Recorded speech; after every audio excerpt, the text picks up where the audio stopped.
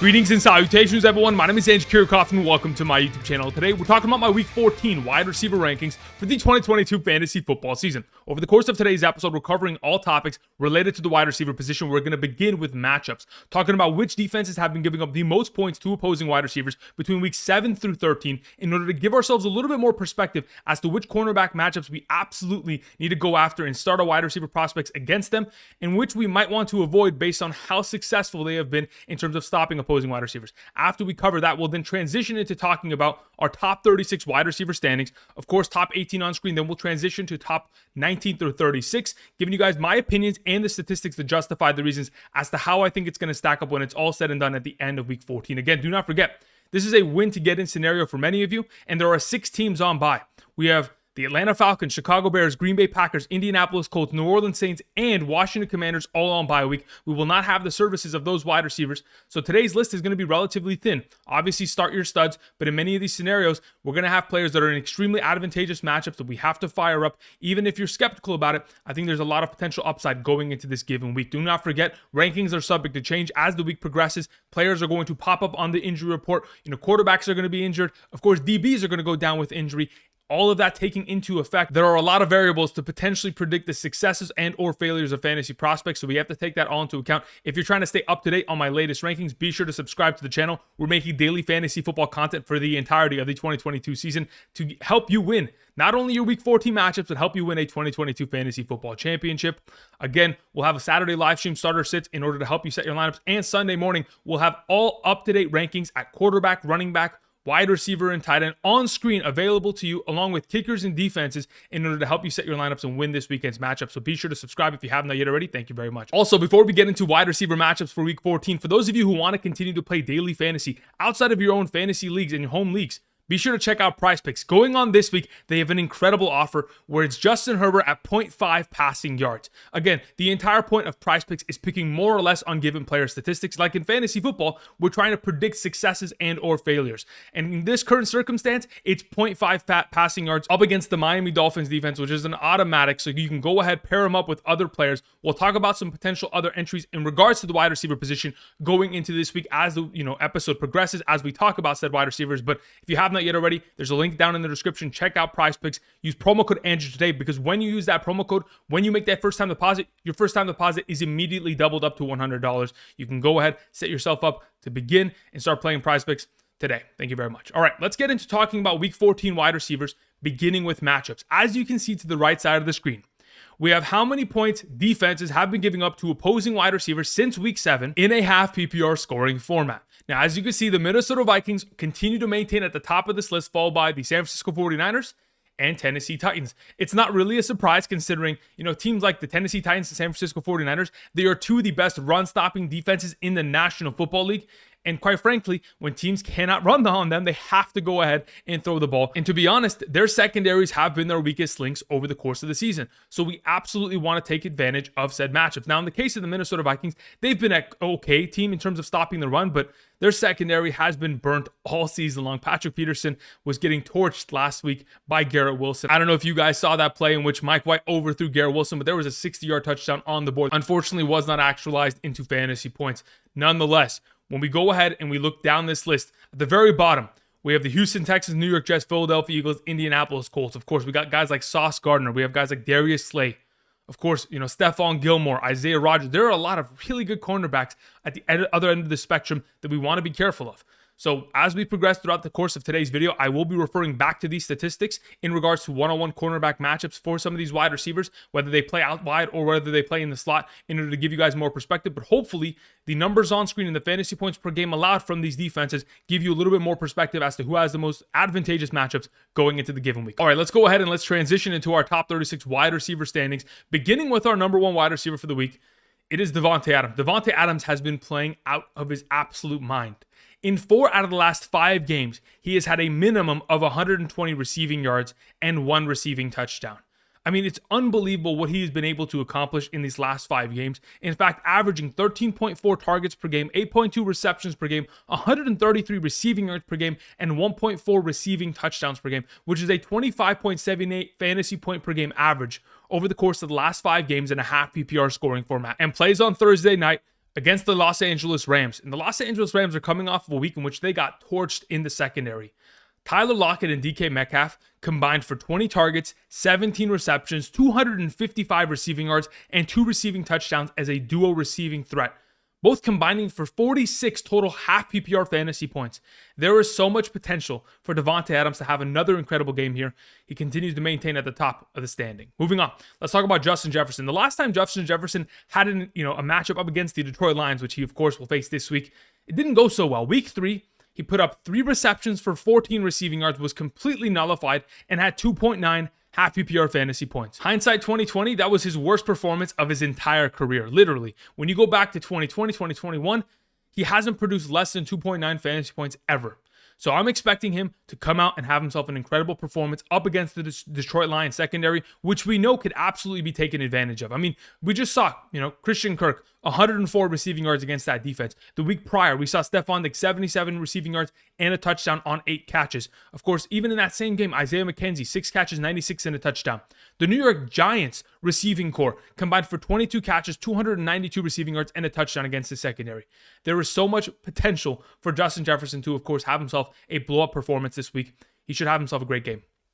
Moving on, let's talk about Tyreek Hill. Now, regardless of the struggles that Tua will have, Tyreek Hill continues to ball out. 9 catches, 146 receiving yards, and a touchdown. Continues to lead the wide receiver position in terms of total receiving yardage.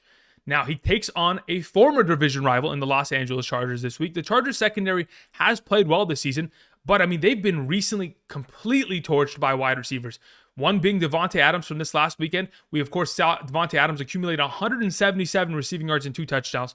And even the week prior to that, DeAndre Hopkins, 87 receiving yards and a receiving touchdown. In the last 3 games that Tyreek Hill is taking on the Los Angeles Chargers secondary, he's put up an average of 10.3 targets, 7.3 receptions, 101 receiving yards per game, and 0.67 receiving touchdowns per game, which is 2 out of the last 3 games, resulting in a touchdown, which is a 17.77 half PPR fantasy point per game average against that secondary, which he has a lot of experience against. I'm expecting Tyreek Hill to have himself a massive game. Moving on to Stefon Diggs. Stefon Diggs takes on a division rival. He takes on the New York Jets. And of course, Sauce Gardner is going to be a tough matchup. But the last time we saw these two match up, Stefon Diggs played well. In fact, in week 9, had himself 10 targets, only 5 catches, but obviously Josh Allen was dealing with some weather concerns and his elbow. But even in that game, with those 5 receptions, got himself 93 receiving yards and 11.8 fantasy points. Over the course of the last month now, since that performance, we have seen Stefon Diggs continue to elevate his game, having 3 consecutive performances of a receiving touchdown. If we continue to elevate, I'm expecting Stefon Diggs to continue his reign of success, and of course, even in this difficult matchup, be able to put up some big numbers. Of course, even though the Jets have been a really good secondary, we have seen them giving up touchdowns. Justin Jefferson just scored a touchdown this last week, but the total yardage numbers are not relatively high. But if anybody's going to be able to accomplish high yardage numbers and a touchdown in a given week, it's Stefon Diggs going into this weekend's matchup against the Jets defense. Moving on, let's talk about Amon-Ra St. Brown, the thumbnail for today's episode. Amon-Ra St. Brown he's way too good. He is having himself another late season splurge of fantasy points where he's completely dominating the entire league. Again, 3 out of the last 4 games that he has participated in has accumulated 100 plus receiving yards, and of course has scored 3 touchdowns in just the last 2 games that he has played. Now that you get Jameson Williams back into the lineup, now you have, of course, DJ Chark also coming back from injury, getting a little bit of a resurgence. We have a little bit more of a threatening offense here in terms of the deep passing game. And with that being the case, and of course, the Detroit Lions rushing attack being one of the best in the National Football League, going up against the best matchup at the wide receiver position, again, you got to remember, Chandon Sullivan, the slot cornerback for the Minnesota Vikings, is one of the worst in the league. I would consider this a top 3 matchup for any slot receiver. And in the case of Amon-Ra St. Brown, one of the best slot receiving options in the league, he should absolutely dominate in this given week. You got to remember, just this last week, the New York Jets receiving core put up 263 receiving yards against his defense. Even New England's receiving core, 243 receiving yards and a touchdown. I'm expecting Amon-Ra St. Brown and the Detroit Lions to have a lot of success in this given week. Obviously, coming off some big performances, should continue that success. Moving on, let's talk about A.J. Brown. In last week's revenge game, he had himself his second best fantasy performance of the season and proved to all of us that if he wants to dominate and if the team makes it a concerted effort to make sure that A.J. Brown dominates, he's going to do so. Coming off a performance of 8 catches, 119 receiving yards, and 2 touchdowns against his former team. Now, hopefully going into the future, they continue to feed him at this rate. But going up against the New York Giants this week, honestly should be an easy matchup, assuming Adoree Jackson misses another week here. He hasn't played since week 11 due to that knee injury, and if that's going to continue to be the case, A.J. Brown should be a fantastic play. I mean, we just saw Terry McLaurin completely dominate against his secondary. He was a reason why I had him as a must-start last week, because Terry McLaurin typically succeeds against the Giants, and their secondary is certainly shorthanded at this current moment in time. We've not only seen Terry McLaurin and the other wide receivers in that offense, Curtis Samuel and Jahan Dotson this last week, accumulate 19 catches, 222 receiving yards, and 2 touchdowns. But even in prior weeks, Dallas, their top 2 receivers, 11 catches, 169 against his defense. Detroit's top 2 receivers, 10 catches, 109.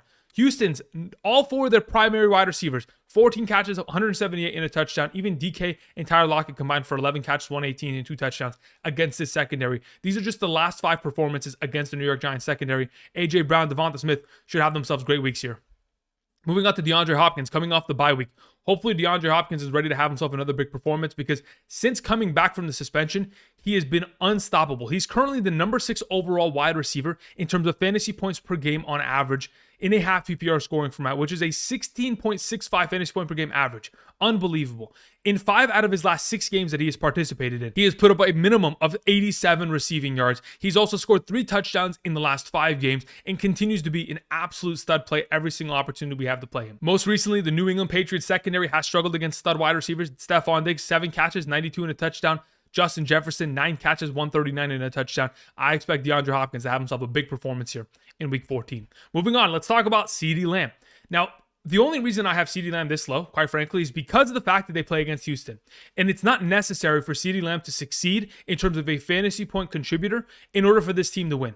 And quite frankly, the cornerbacks for the Houston Texans, they have played well. Whether it's been Desmond King or Steven Nelson, both of them have been efficient enough coverage players to go ahead and prevent a lot of fantasy points from being dropped on top of their heads. In terms of the receiving game, but in terms of stopping the run, this team has struggled mightily. And with Ezekiel Elliott and Tony Pollard in this matchup, I'm expecting CeeDee Lamb to take a little bit of a backseat in the matchup, especially considering it's probably going to be a blowout. So hopefully CeeDee Lamb can score early, and then everything after the fact will be perfect. You got to remember, in 5 out of the last 6 games that he has played with Dak Prescott, of course, since Dak Prescott has returned from injury, he's been able to surpass 70 yards. So that's 5 out of the last 6 games. I'm expecting that baseline to hit. We just got to hope for a touchdown to accompany his performance in this given week. Moving on, let's talk about Ja'Marr Chase. Ja'Marr Chase looked fantastic in his return. Obviously, 7 catches on 8 targets, 97 receiving yards, made a lot of plays after the catch. Would have loved to have seen him in the end zone, but hopefully that is going to be something that we experience this week, going up against the division rival in the Cleveland Browns. Like I've mentioned all week long, the Cleveland Browns have beaten the Cincinnati Bengals in 5 consecutive matchups. And that in itself is pretty big considering they have their number. I mean, when you go back to last season, Ja'Marr Chase taking on the Cleveland Browns, he put up 5.9 and 3.6 fantasy points. There's definitely going to be a little bit of a rivalry game here, and hopefully Ja'Marr Chase is up for the task at hand. He's not only going to have himself a great performance, but he's going to have to help break this streak of losses that they've accumulated now. Obviously, the target factor is going to be the biggest difference maker. If, in fact, this team can continue to dominate on the ground with Joe Mixon, Samaje Perine, it'll open up more for play action, and Ja'Marr Chase can eventually have himself a big performance against his division rival. Moving on, let's talk about Tyler Lockett. Again, like I mentioned last week, in specific, I was mentioning, hey, Tyler Lockett may be volatile because of how many touchdowns he scored as of late. If he drops off from not scoring a touchdown, he's a 6-point player. But quite frankly, you can't be volatile if you just continue to score touchdowns. He has had 5 consecutive games of a receiving touchdown, and even is coming off his best performance of the season over the course of the last 2 months now. Had himself 9 catches, 128 and a touchdown, 23.3 fantasy points, an incredible performance. In my perspective, you have to start him in all capacities. He's far too consistent as of late, and the way that Geno Smith is playing, getting himself about 2 passing touchdowns per game on average, and also being on a streak himself, I'm expecting Tyler Lockett to continue his successful streak at the wide receiver position, even up against the Carolina Panthers defense. Moving on to Garrett Wilson. Like I mentioned on Monday's live stream, for those of you who are out there asking questions, it's going to be difficult for me to not start, Garrett Wilson in a top 12 capacity for the remainder of the season. I think he could very easily be a wide receiver 1 and potentially this year's Amon-Ra St. Brown, obviously because they both share the idea that they're rookies and having breakout performances late in the season. But I mean, Garrett Wilson, the last 2 weeks, 20 plus fantasy points in both contests and a half PPR, coming off of a week where he had his career high in terms of total targets, total receptions, and receiving yards. With Mike White under center, he's going to continue to get bombs thrown in his direction. Like I mentioned earlier on in regards to matchups, Yet last week against the Minnesota Vikings, there was a 60-yard touchdown available for Garrett Wilson, completely torched Patrick Peterson, but it was just a little bit overthrown. We're hoping for that to be tightened up a little bit, and when it is, exactly, we're expecting Garrett Wilson to have himself another big performance. I understand he's taking on the Buffalo Bills. You got to remember, the New York Jets are coming off of a game in which they threw the ball 57 times. If we're going to see another one of these high passing games in which the total is up there, of course, expect Garrett Wilson to see a large volume of targets. And if that's going to be the case, remember, back in week 9 against the Buffalo Bills, when these teams earlier played this season and the New York Jets won, it was with Zach Wilson, and Garrett Wilson still had himself a game of 8 catches for 92 yards. I'm expecting a big performance out of Garrett Wilson this week. Moving on to DK Metcalf, the other half of the Seattle Seahawks receiving core. DK Metcalf has been incredible. And even though we've talked about, Tyler Lockett and his 5-game streaks of scoring a touchdown, it's fantastic. But DK Metcalf has been on his tail this entire time. Even though DK has only scored 3 touchdowns in the last 5 games, he has been able to accumulate 11 more targets and 11 more receptions. And of course, a little bit more receiving yards, which has been the biggest difference maker. In fact, DK Metcalf over the course of the last 5 weeks is only 3.3 total points behind the overall contribution of one Tyler Lockett. I'm expecting DK Metcalf to continue his streak. Again, coming off a week where he caught all 8 of his targets for 127 yards and a touchdown against the LA Rams defense. I think J.C. Horn, of course, is a fantastic cornerback, but DK Metcalf's coming into town to dominate once again for another consecutive week here. Moving on, let's talk about Keenan Allen. All right, Keenan Allen, of course, he's kind of proven to us why we drafted him, right? For those of you who had to struggle with the Keenan Allen injury earlier this season and didn't have him, and obviously that hurt your team, you got to look at the last 3 performances and understand what he's capable of. 9.9 fantasy points, 13.4, and of course 17.8. Those overall contributions over the last 3 games are incredible, and they're going to continue to be at that capacity considering what we have seen with Justin Herbert / Keenan Allen over the course of the last 3 years now. It's going to continue to be that 14-point range. And going forward, that's exactly what I anticipate to see from Keenan Allen, especially going up against the Miami Dolphins secondary. Their slot cornerback, as of this current moment in time, has given up the 9th most targets, 11th most receptions, and 17th most receiving yards to opposing slot wide receivers. And not only that, considering Justin Herbert's offensive line is battered, whether it's, Corey Linsley, the center, left tackle, right tackle, both of them missing last week, he's going to have to get the ball out of his hands. The shallow route, tree that he's pretty much been throwing to all season long has been a product of the fact that his offensive line has been falling apart all season long. Therefore, Keenan Allen continues to benefit from that fact with the automatic targets coming off of 14 this last week. Moving on, let's talk about Chris Godwin, another one of these players that in a similar scenario is getting funnel targeted because of the fact that Tom Brady has to get the ball out of his hands. His left tackle has the most holding penalties of the season. Tristan Wirfs, their all-pro right tackle, is out with an ankle injury. Ryan Jensen's missing. Of course, they had both of their guards leaded in the offseason. Their offensive line is falling apart. And because of that, Chris Godwin has had to step up and has had himself, I think, 7 out of the last 8 games of double-digit targets, an incredible streak of games in which he's continuing to get high volume of opportunity, and quite frankly, should have had himself a 3rd consecutive week of a receiving touchdown. But unfortunately, like I mentioned, it was called back due to a holding because of their left tackle. Luckily, they were able to win that game nonetheless. Chris Godwin, in my mind, in a half PPR scoring format, a little bit undervalued if in fact he is not scoring a touchdown, because again, the half PPR sense in comparison to full PPR is a big difference maker considering the volume of receptions that he'll continue to get. But this upcoming week, they take on the San Francisco 49ers, one of the best run-stopping defenses in the league. I would consider them elite in that standpoint. But considering they have to get the ball out of Tom Brady's hands at a consistent rate quickly because Nick Bosa is going to be getting after him, Chris Godwin is absolutely going to be the number 1 target once again for this offense. Moving on, let's talk about Amari Cooper. So Deshaun Watson did not play well. I understand. But Amari Cooper will eventually get back on track, and Deshaun Watson will improve as the weeks progress here.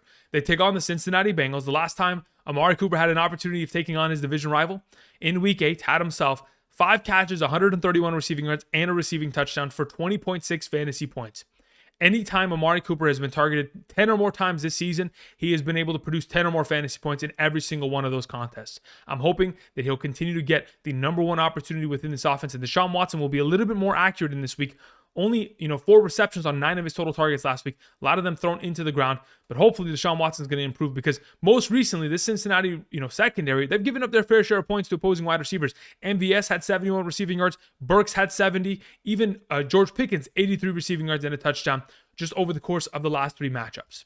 Moving on, let's talk about T. Higgins. T. Higgins will obviously be asked to step up and make himself a lot of plays because Jamar Chase is going to be pulling number 1 coverage and probably double covered for majority of that game. And if that's going to be the case, T. Higgins can absolutely dominate in said matchup.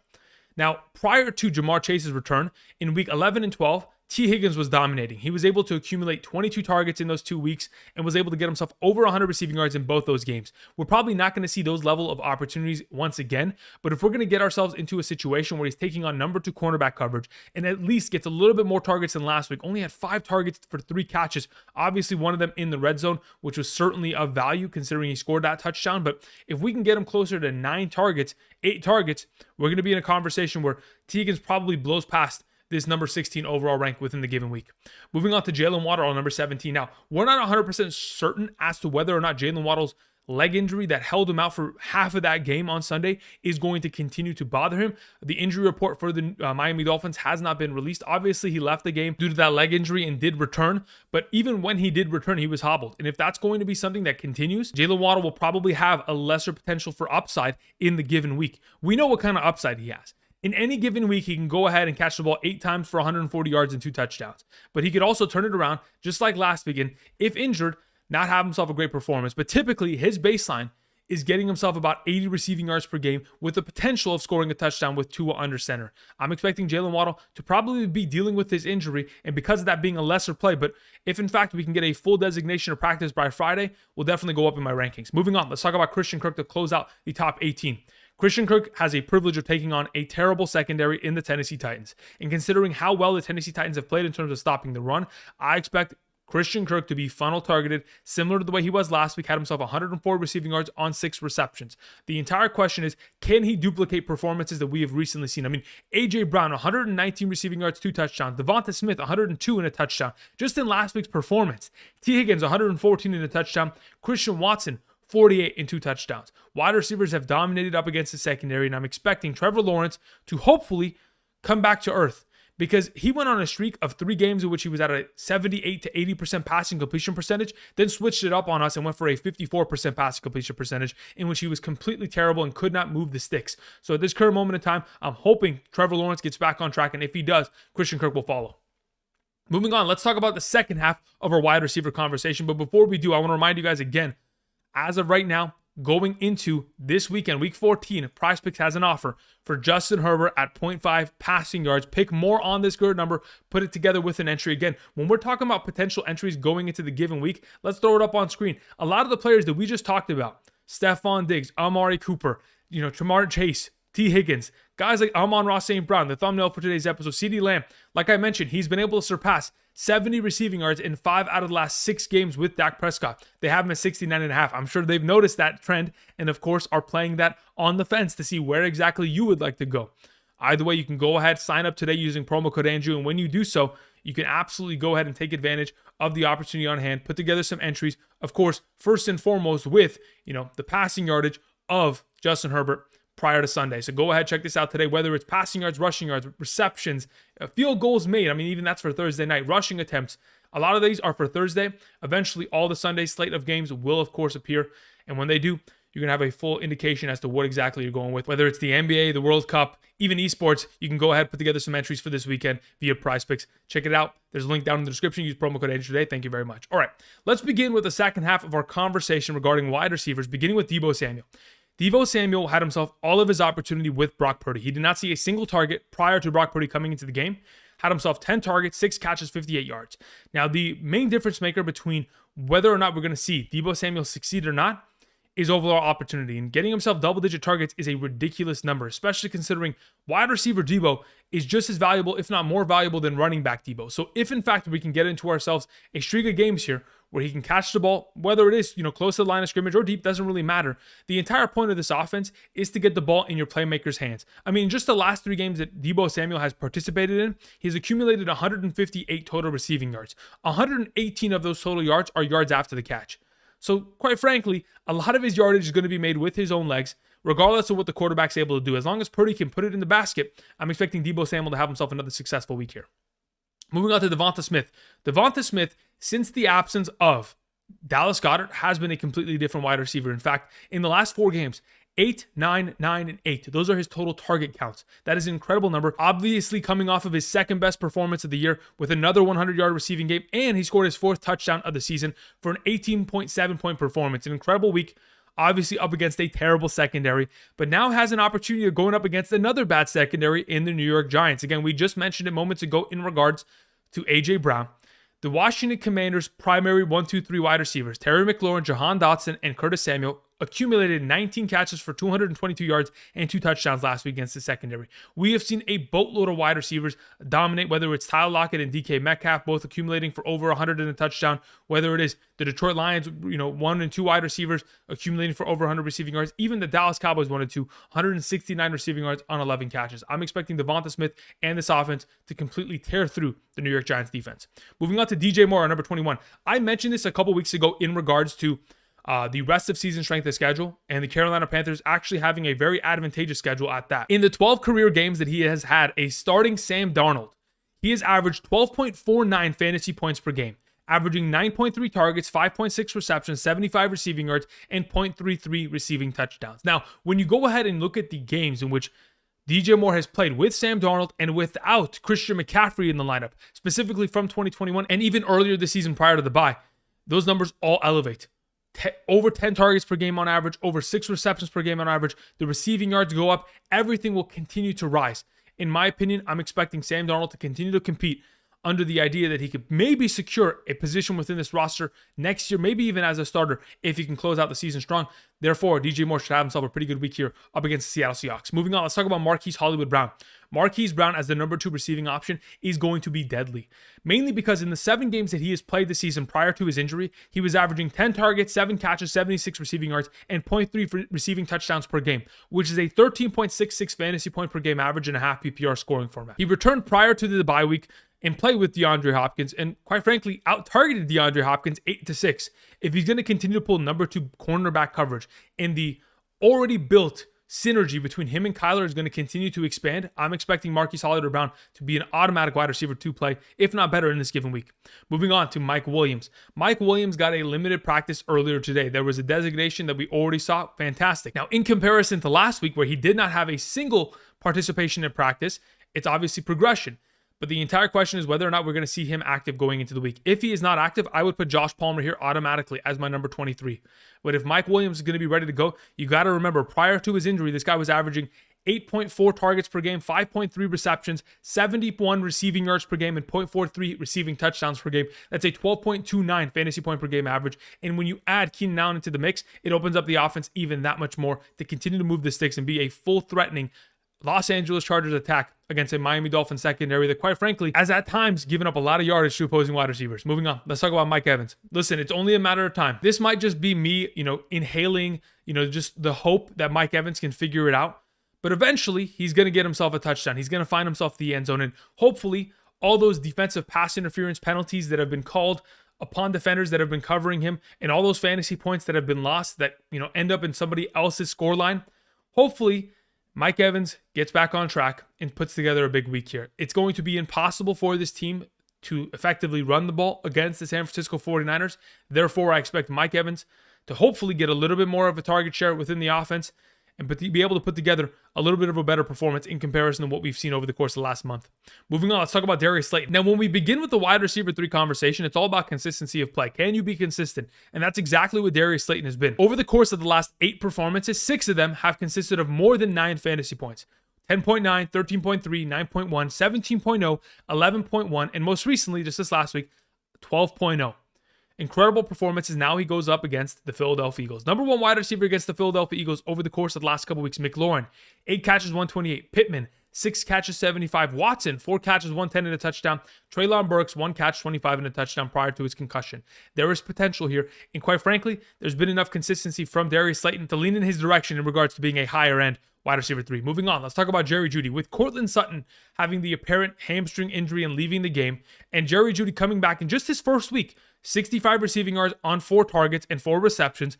I'm expecting this to be a game script in which Russell Wilson has to throw the entire time. And if, Let's Ride has to throw the entire time, bet your bottom dollar he's going to be throwing in the direction of Jerry Jeudy. He has to. There's no one else to really throw to besides him, Greg Dulcich, and maybe Kendall Hinton, and maybe a couple passing attempts to his running backs, Latavius Murray. Outside of that, there's really nothing else to do in this offense, and they're going to be in a negative game script. So I'm hoping that Jerry Jeudy could put together a big performance here if that target count continues to climb in comparison to what we've seen this season from Russell Wilson. Moving on, let's talk about Corey Davis. Again, The fact that the New York Jets threw the ball 57 times on Sunday against the Minnesota Vikings gives me a lot of hope that they're going to continue to pass the ball exclusively. And yes, they're going to go ahead and run the ball with Michael Carter and or Donovan Knight, James Robinson, Ty Johnson. They got a bunch of guys there, but they're going to have to throw. And when everyone's trying to completely lock up Garrett Wilson on the other side of the field, Corey Davis will be succeeding and finding himself open. Had 10 targets, 5 catches, 85 this last week. Hopefully, we'll continue to expand upon that. Moving on to Jakobi Meyers. Jakobi Meyers has a very advantageous matchup, primarily because Byron Murphy, the slot cornerback for the Arizona Cardinals, has been out for the last 3 games due to a back injury, and it looks like he most likely will probably miss another consecutive week here. But if he in fact returns, then we're going to completely switch this up, and Jakobi Meyers isn't as relevant of a play. But if we have Jakobi Meyers going up against a backup cornerback, I'm expecting him to slice and dice this defense up. Of course, we most recently, just this last couple weeks ago, saw Allen and Carter dominate against the secondary. Allen, 49 yards and a touchdown on 5 catches. Carter with 7 catches, 73 yards and a touchdown.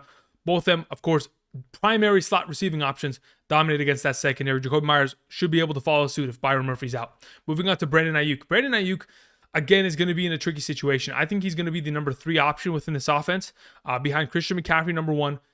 Of course, Deebo Samuel, number 2, and then it'll be him, and then followed by George Kittle and whoever else wants to figure it out. But you never know. George Kittle might have himself a game plan in an advantageous matchup in which he gets himself more targets within a given week. We've seen a lot of tight ends find success against the Tampa Bay Buccaneers. So as of this current moment in time, I expect Brandon Aiyuk to be, simply an 8 to 10 point wide receiver. Anything more than that would be ultimate upside. But, at this current moment in time, the volume of targets he continues to see and the opportunity he gets within the receiving position and playing outside of the numbers for this offense, he should be a decent play. Moving on to JuJu Smith-Schuster. Now, I have a big issue with JuJu Smith-Schuster considering he has pretty much disappeared in terms of the offensive game plan since coming back from his injury.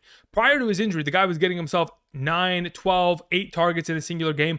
But now, over the course of the last couple of weeks, 4 targets, 3 targets, 5. I mean, when we're continuing to see a handful of targets go in his direction, it is certainly something that is going to lead me towards probably not feeling so excited about the potential play of JuJu. But going into this week, especially going up against the Denver Broncos secondary, I'm expecting all hands to be on deck. This is a really good secondary. And if they want to continue to move the ball, and if the running game potentially, falls apart, JuJu is going to be asked to go ahead and step up, because Travis Kelce disappeared last week and really nobody stepped up at the wide receiver position considering everyone was locked down. Hopefully JuJu can figure it out and get back to being the number 1 wide receiver option of this team. Moving on to Adam Thielen. Let's not cut him off real quick. Adam Thielen, the last time he took on Detroit, in week 3, in that same contest where Justin Jefferson was completely nullified for 2.9 fantasy points, Adam Thielen had himself a week of 15.1 fantasy points. The only reason I have Adam Thielen ranked here is because the Detroit Lions secondary has given up their fair share of points to opposing wide receivers. And quite frankly, when everyone's trying to double cover and stop Justin Jefferson, it will continue to open up more and more opportunities for Adam Thielen to be a successful fantasy option. Moving on to Zay Jones. Like I mentioned before in regards to Christian Kirk, there is only one way to beat the Tennessee Titans. It is to effectively throw the ball. You cannot run the ball on them on a downly basis. Therefore, we're going to see Zay Jones get himself a lot of utilization. Hopefully, we'll get back to that 10 target range, similar to what we saw prior to the most recent week, which was an absolute disaster for his fantasy point contribution. Moving on, let's talk about Donovan Peoples-Jones. He saved his week with a punt return. Hopefully, as long as Deshaun Watson continues to improve in this offense, gets himself more first-team reps, he is going to be in a better position. And why not go ahead and throw the ball to your number 2 receiving option, who last time he took on this defense was able to accumulate over 10 fantasy points with the yardage and receptions that he was able to put up. I'm expecting DPJ to continue to be a top 36 option. Moving on to George Pickens. Prior to George Pickens' terrible 0.7 point fantasy point contribution, he put up 13.0, 16.3, and 9.2. I expect him to get back on track, and it was quite surprising for me to see such a disaster performance against the Atlanta Falcons from George Pickens, but as long as Deontay Johnson's pulling number 1 coverage from Marlon Humphreys, George Pickens will be able to succeed on the other side of the field. Moving on, let's talk about Michael Gallup. Michael Gallup's coming off of a week where he scored 2 touchdowns. He could very easily, in the red zone, have a role within this offense, but quite frankly, he could either put up a 13-point week or a 3-point week. That's the kind of contribution we may end up seeing based on the fact that they take on the Houston Texans, and it's not going to be required for the receiving threats of the Dallas Cowboys to be heavy contributors in order to help them win this given game. Moving on to the final option, it is Demarcus Robinson. As soon as Tyler Huntley came in, he was 27 for 32 passing. All of Demarcus Robinson's receiving work, 8 targets, 7 catches, 41 receiving yards, were all with Tyler Huntley.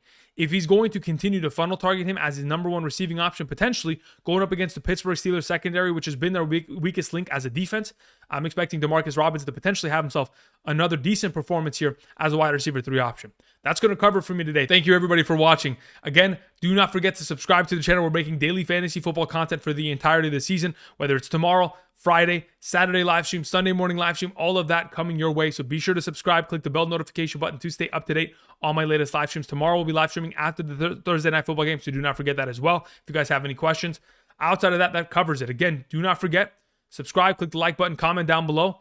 If you guys have any questions in regards to week 14 wide receiver rankings, let me know. Are there any wide receivers that weren't mentioned today that should be considered on the list? Also, check out PrizePicks. There's a link down in the description. Be sure to pick more on Justin Herbert's current free square of 0.5 passing yards. Again, we're picking more or less on given player statistics. You can go ahead and accompany that with other entries via the NFL and or the NBA and much more. Esports, the NHL, World Cup, all that you want. Go ahead and check that out. Link in the description. And until next time, guys, I'll see you guys. Peace.